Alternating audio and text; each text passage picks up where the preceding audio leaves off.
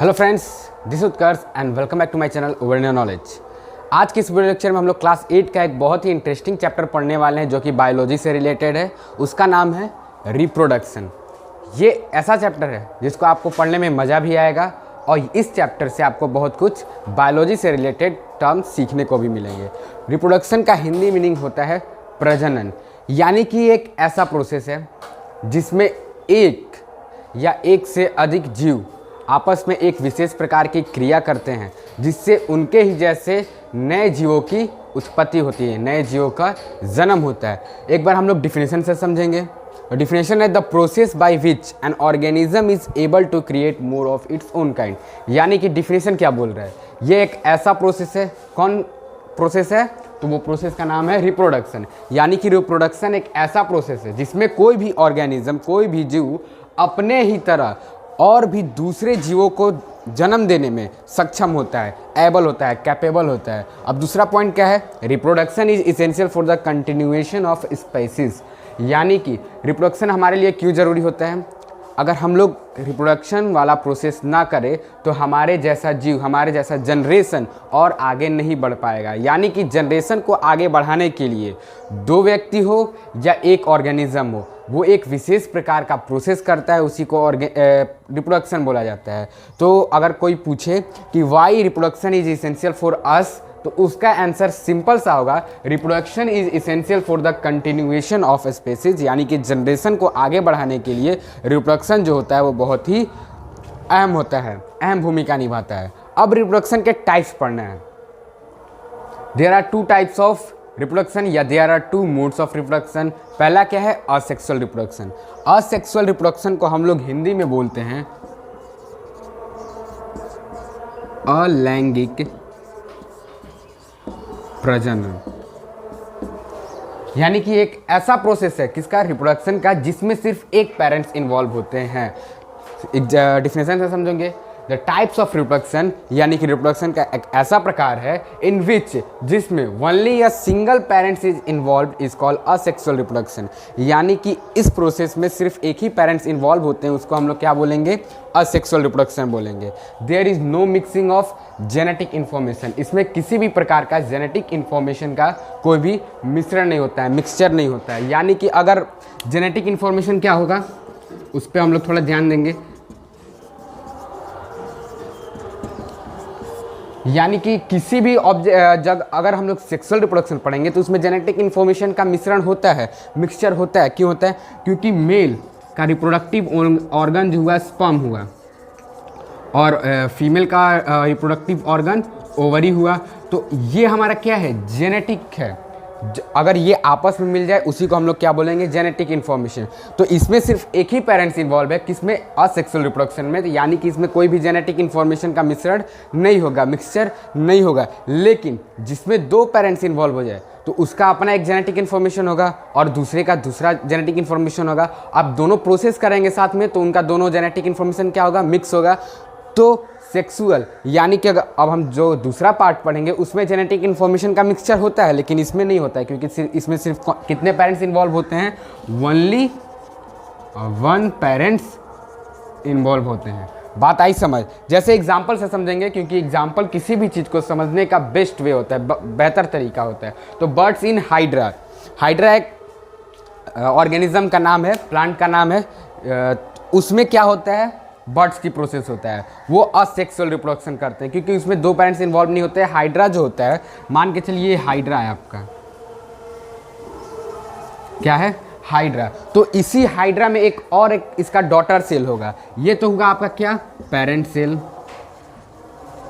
और इसी में एक डॉटर सेल ग्रो होता है और कुछ समय के बाद डॉटर सेल क्या होता है? पेरेंट सेल से अलग हो जाता है। तो ये क्या हुआ? Asexual reproduction. इसमें कोई भी दूसरे पेरेंट्स की इन्वॉल्वमेंट हुई नहीं हुई। इसीलिए बर्ड्स जो होता है, इसको प्रोसेस को हम लोग बोलेंगे बर्डिंग या और बर्ड्स। तो इस प्रोसेस में सिर्फ एक पेरेंट्स इन्वॉल्व होते हैं, इसीलिए इसे हम लोग असेक्सुअल रिप्रोडक्शन बोलते हैं, यानी कि अलैंगिक प्रजनन बोलते हैं। अमीबा भी एक ऐसा ऑर्गेनिज्म जो कि असेक्सुअल रिप्रोडक्शन करता है। अभी तक आपको असेक्सुअल रिप्रोडक्शन और रिप्रोडक्शन के बारे में पूरी जानकारी मिल गई होगी। अब हम लोग पढ़ेंगे किसके दूसरे पार्ट्स, तो रिप्रोडक्शन के दूसरे पार्ट जिसको हम लोग बोलते हैं सेक्सुअल रिप्रोडक्शन, यानी कि लैंगिक प्रजनन। अभी हमने पढ़ा असेक्सुअल रिप्रोडक्शन के बारे में और रिप्रोडक्शन के बारे में कि रिप्रोडक्शन क्या होता है और असेक्सुअल रिप्रोडक्शन क्या होता है। अलैंगिक प्रजनन और रिप्रोडक्शन को प्रजनन बोला जाता है। लेकिन अब हम लोग रिप्रोडक्शन का दूसरा पार्ट पढ़ने वाले हैं, वो क्या है, तो सेक्सुअल रिप्रोडक्शन। सेक्सुअल को आप लोग सेक्स से रिलेट करके देखिए, उसका डिफिनेशन अपने आप बन जाएगा। डिफिनेशन क्या है, the type of reproduction in which involves two parents to give rise to an offspring is called sexual reproduction. ये रिप्रोडक्शन का एक ऐसा पार्ट है जिसमें कितने पेरेंट्स इन्वॉल्व होते हैं, 2 पेरेंट्स इन्वॉल्व होते हैं। अभी असेक्सुअल में हमने क्या पढ़ा कि सिर्फ एक पेरेंट्स इन्वॉल्व होंगे, लेकिन सेक्सुअल में क्या होते हैं, तो 2 पेरेंट्स इन्वॉल्व होते हैं। अब यहाँ पे 2 पेरेंट्स इन्वॉल्व होंगे किसके लिए, तो एक और नए जीव को जन्म देने के लिए, एक छोटे से बच्चे को जन्म देने के लिए। आप बताइए कि मेल जब और फीमेल जब रिप्रोडक्शन करेंगे तो एक बच्चे का जन्म होता है, तो वो कौन सा रिप्रोडक्शन करते हैं, सेक्सुअल रिप्रोडक्शन करते हैं। सेक्सुअल रिप्रोडक्शन को सेक्स से रिलेट करके देखिए सेक्सुअल और सेक्स में क्या होता है, मेल एंड फीमेल एक विशेष प्रकार की प्रोसेस करते हैं जिसे हम लोग क्या बोलते हैं, रिप्रोडक्शन बोलते हैं। सेक्सुअल रिप्रोडक्शन को क्या बोला जाता है हिंदी में, लैंगिक प्रजनन।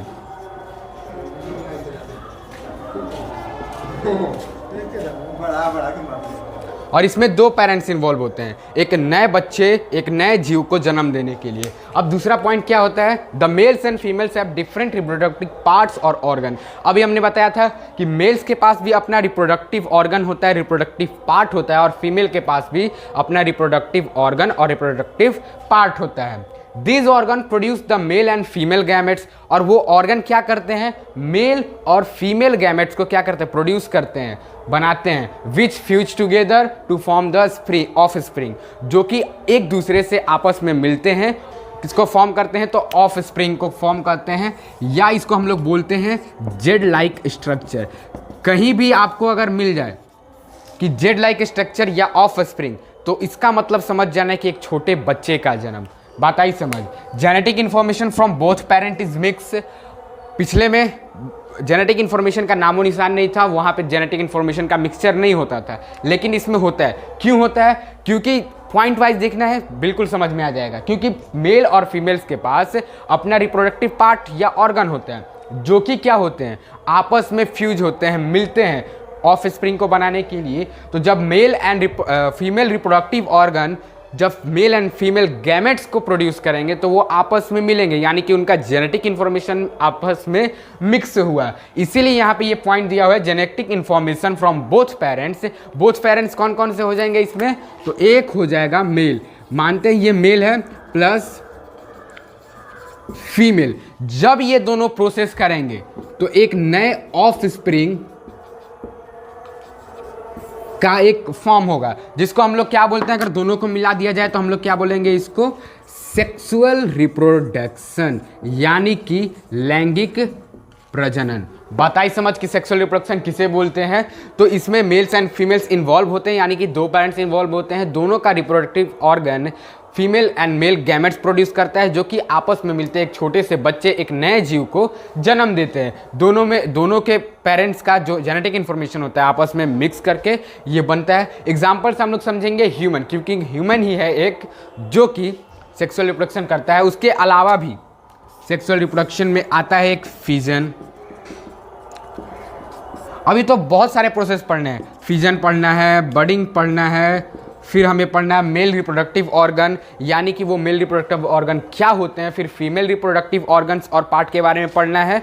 तो अगर आप हमारे चैनल पे बने रहिएगा तो आपको बहुत कुछ सीखने को मिलेगा। अभी हमने क्या पढ़ा, रिप्रोडक्शन, सेक्सुअल रिप्रोडक्शन और असेक्सुअल रिप्रोडक्शन। अगले वीडियो लेक्चर में हम लोग क्या पढ़ेंगे, फिजन का प्रोसेस, बडिंग का process, male reproductive organ, female reproductive organ, और भी ऐसे बहुत सारे कॉन्सेप्ट और टर्म इस चैप्टर में आपको मिलेंगे, और ये आप चैप्टर जो होगा वो आपके लिए इंटरेस्टेड होगा।